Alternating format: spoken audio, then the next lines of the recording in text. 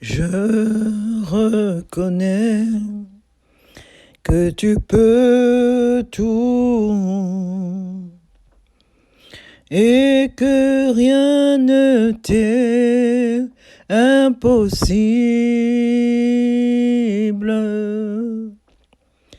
Je reconnais que tu peux tout et que rien ne t'est impossible.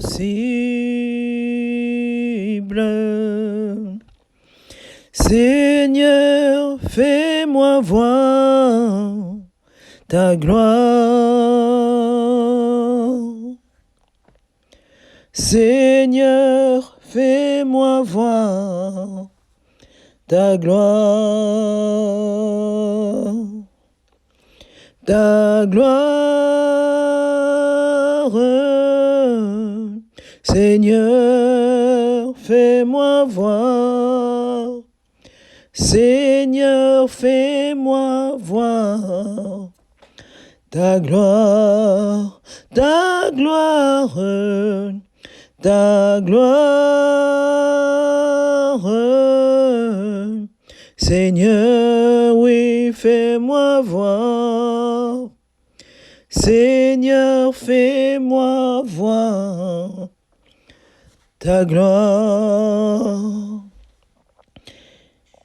Père éternel, Dieu Tout-Puissant, nous te bénissons, Papa, pour cette nouvelle journée de formation à l'USDC, l'Union des serviteurs de Dieu centrafricains.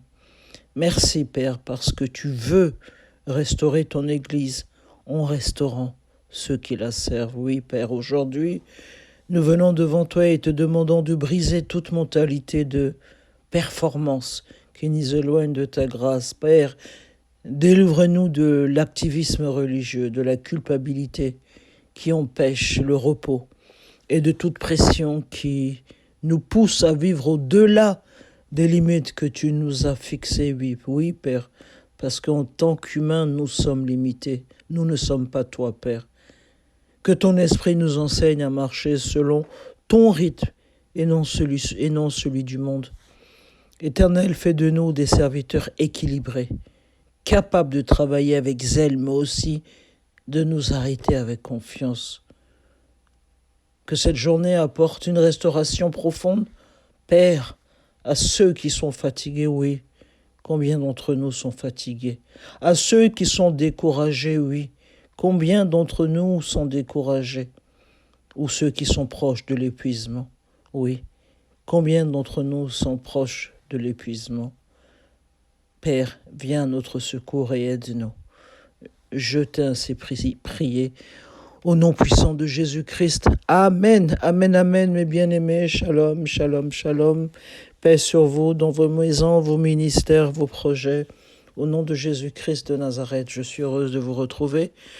En ce deuxième jour d'enseignement, nous avons démarré hier sur le grand thème qui s'intitule « Mes bien-aimés, santé mentale, repos et équilibre intérieur ». Aujourd'hui, nous allons aborder le repos selon Dieu, qui est une discipline spirituelle, contre l'épuisement et le burn-out ministériel. Nous allons voir ce que c'est que le burn-out.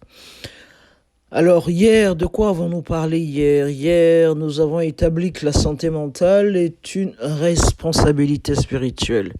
Nous avons découvert que Dieu se préoccupe de l'être humain, que nous sommes dans toute sa globalité, esprit, âme et corps. Nous avons aussi pu voir hier que des hommes de Dieu comme Élie, David et notre Seigneur Jésus-Christ ont connu la fatigue tout comme nous, la tristesse tout comme nous, ou l'angoisse tout comme nous, sans que cela remette en cause leur foi. Bien au contraire, Dieu, il a pris soin d'eux avec compassion et il sait prendre soin de nous avec compassion. Nous avons aussi également identifié plusieurs facteurs qui menacent aujourd'hui l'équilibre des serviteurs que nous sommes. La surcharge ministérielle, la pression constante, l'isolement, les attentes excessives et, bien évidemment, le manque de repos.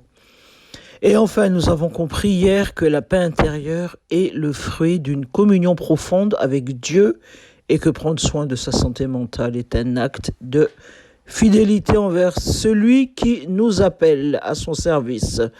Aujourd'hui, mes bien-aimés, nous allons approfondir donc un principe essentiel qui est celui du repos selon Dieu, non comme une option, mais comme une discipline indispensable. Amen, amen, mes bien-aimés. Alors, comme je vous l'avais dit, nous avons ce grand thème de la semaine qui s'intitule la santé mentale, repos et équilibre intérieur. Aujourd'hui, nous allons aborder le repos selon Dieu. C'est une discipline spirituelle contre l'épuisement et le burn-out ministériel. Quel est son objectif? Pourquoi cet enseignement? C'est tout simplement afin de comprendre que le repos est une institution divine et une discipline spirituelle indispensable à la santé mentale, à la fécondité ministérielle et à la longévité dans le service de Dieu. Notre verset principal de ce jour se trouve en Marc 6,31. Je lis la parole au nom puissant de Jésus-Christ. Jésus leur dit, « Venez à l'écart dans un désert et reposez-vous un peu, car il y avait beaucoup d'allants et de venants et ils n'avaient même pas le temps de manger. » Et nous aurons aussi tout au long de ce message de ce jour, cet enseignement de ce jour, des versets secondaires. Les voici, Genèse 2, versets 1 à 3, Exode 20, versets 8 à 11, Psaume 127, verset 2, Matthieu 11, des versets 28 à 30, Hébreux 4, des versets 9 à 11, Ésaïe 40, des versets 28 à 31, Ecclésiaste chapitre 3 au verset 1, Luc chapitre 5 au verset 16, et pour finir, le Psaume 23, que tout le monde connaît, l'Éternel est mon berger, etc., etc. Amen, amen, amen, amen, mes bien-aimés. Alors, notre époque dans laquelle nous vivons aujourd'hui glorifie la vitesse, tout va très vite. Notre époque, elle glorifie la performance et l'hyperactivité. On est partout, on fait tout. Plus une personne est occupée aujourd'hui, plus elle est souvent perçue comme une personne importante. Cette mentalité, elle a malheureusement pénétré l'Église, le corps de Christ. De nombreux responsables pensent qu'ils honorent Dieu en travaillant sans relâche. Certains même considèrent même le repos comme un manque de foi ou de consécration. Et pourtant, cette vision, elle n'est pas biblique. Eh oui, le Dieu qui ne se fatigue jamais a institué le repos pour des créatures limitées que nous sommes. Dieu seul est illimité. Nous avons des limites. Cela signifie que le repos, c'est pas un signe de faiblesse, mes bien-aimés, mais une reconnaissance humble de notre condition humaine. Le serviteur de Dieu qui refuse de se reposer finit souvent par servir Dieu avec un cœur épuisé, je l'en ai parlé hier, avec une pensée confuse et des émotions fragilisé. Le repos est donc un acte de confiance envers Dieu. Amen. Amen, amen. Nous allons voir ce que c'est que le repos. Je l'ai dit, c'est une institution divine. Genèse 2, du verset 2 à 3, nous enseigne que Dieu il se reposa le 7e jour. Nous connaissons ce verset, nous l'avons tous lu. Il est évident que Dieu n'était pas fatigué. C'est pas qu'il doit se reposer parce qu'il est fatigué, non. Son repos ne répondait pas à un besoin physique, mais établissait un principe pour l'humanité. Il a placé les fondements, il a placé les bases, il a créé le monde et tout ce qu'il faut pendant 6 jours. Et le 7e jour, au repos. Il a établi un principe pour l'humanité. Le repos est inscrit dans l'ordre de la création. Nous le voyons dans Genèse 2. Dans Genèse. Avant même l'existence du péché, Dieu il avait prévu une alternance au travail, entre travail et repos. Cela signifie que le repos n'est pas une conséquence de la faiblesse humaine, non, il fait partie de la sagesse créatrice de notre grand Dieu. Si on refuse ce rythme, c'est tout simplement qu'on veut vivre autrement que selon ce que Dieu nous a ordonné. N'est-ce pas, mes bien-aimés? Le repos est une expression de la foi. Pourquoi certaines personnes refusent-elles alors de s'arrêter? Pourquoi?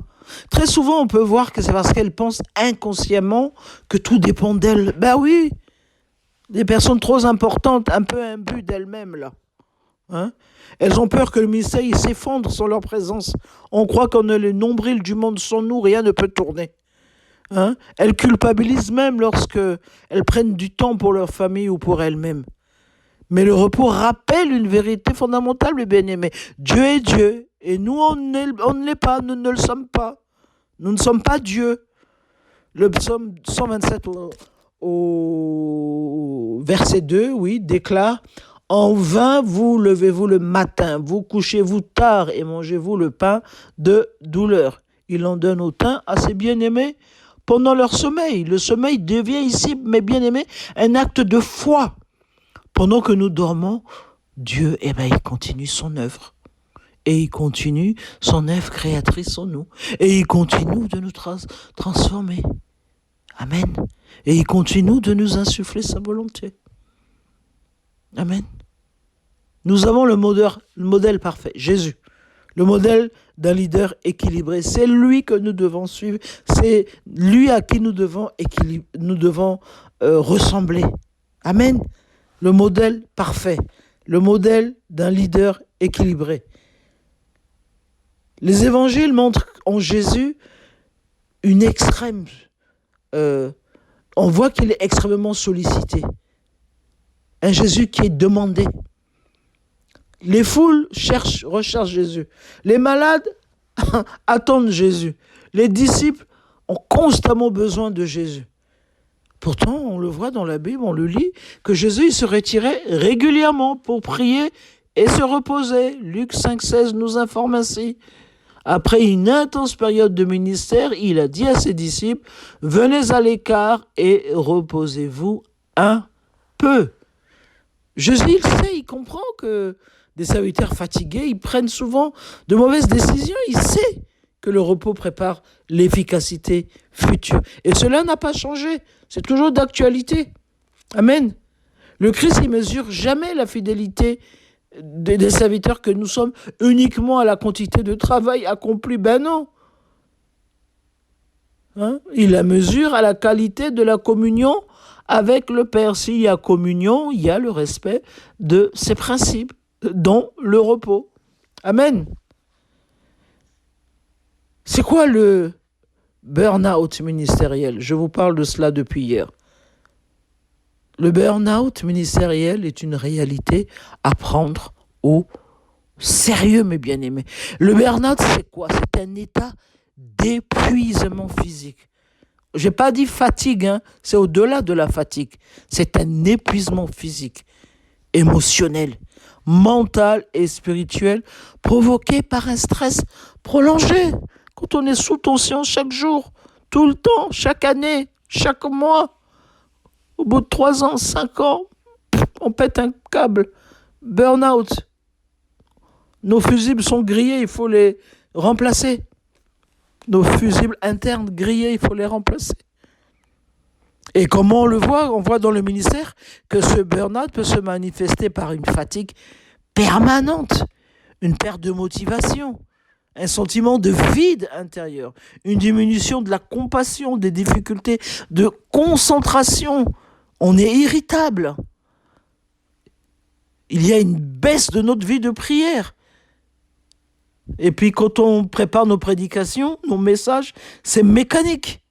Amen, il n'y a rien dedans. Et ça se ressent d'ailleurs. Le burn-out, il n'apparaît pas comme ça du jour au lendemain, non. Il est souvent le résultat d'années de surcharge, d'absence de repos et d'un manque d'accompagnement. On est seul. Mais bien aimé, si on reconnaît cela, c'est pas un aveu d'échec, mais c'est un appel à revenir au principe de Dieu. Tout simplement. Il y a des rythmes sacrés dans la vie.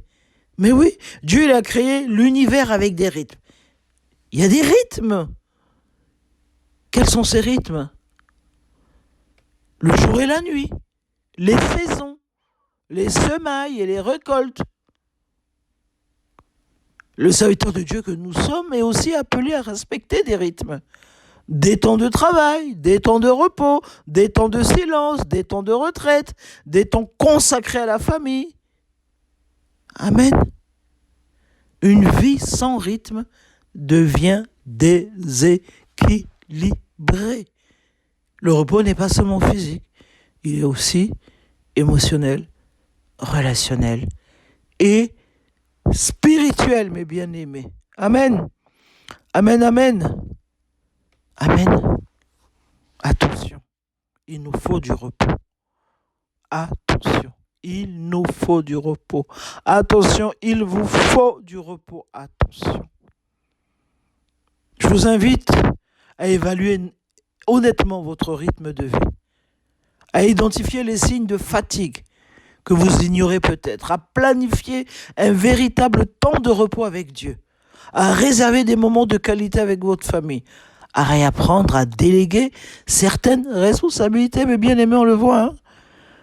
Quand on parti pour le voyage de non-retour, là, à peine on n'est même pas encore, notre cou n'est pas encore raide qu'on nous a déjà remplacés, hein, et dans tous les domaines de nos vies.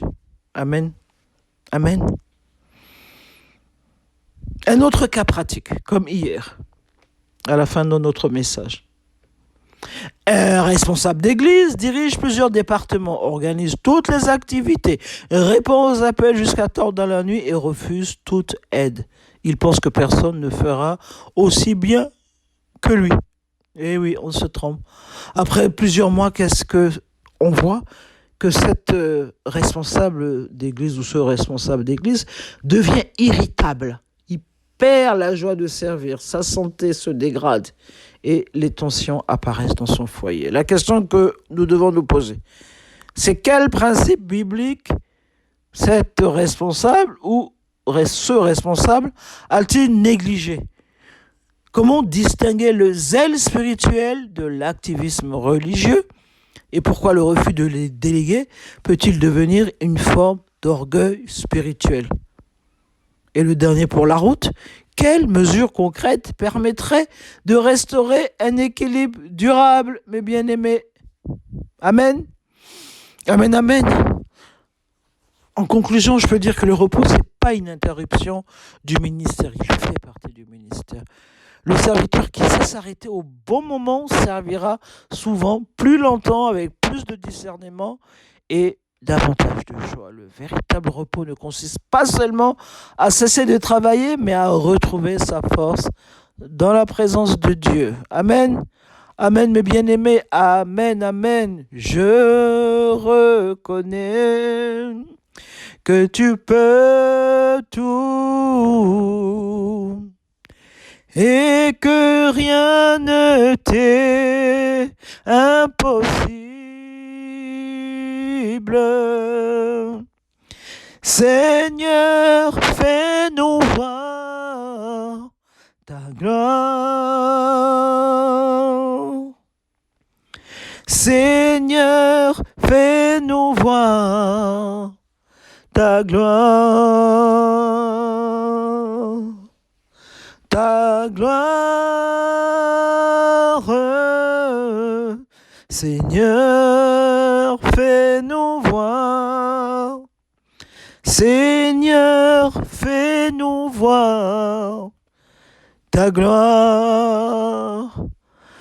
Père des miséricordes, Papa, en cette deuxième journée, je veux te remercier parce que tu ne nous appelles pas à porter seul le poids de ton œuvre. Non, tu es le maître de la moisson. Et nous, à l'USDC, Père, nous sommes tes serviteurs, nous sommes tes servantes.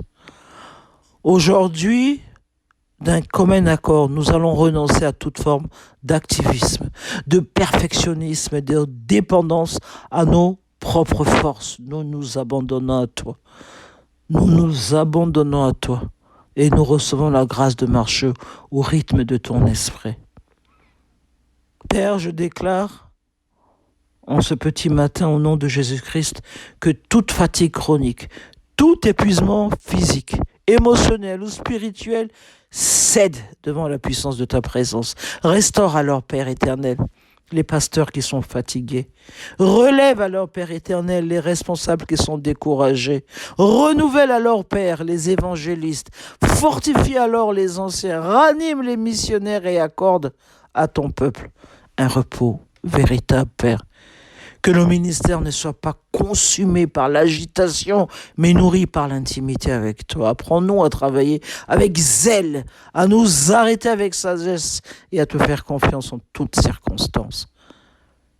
Père, je proclame une fois de plus une génération de serviteurs équilibrés, durables et féconds qui serviront avec excellence jusqu'à la fin de leur course.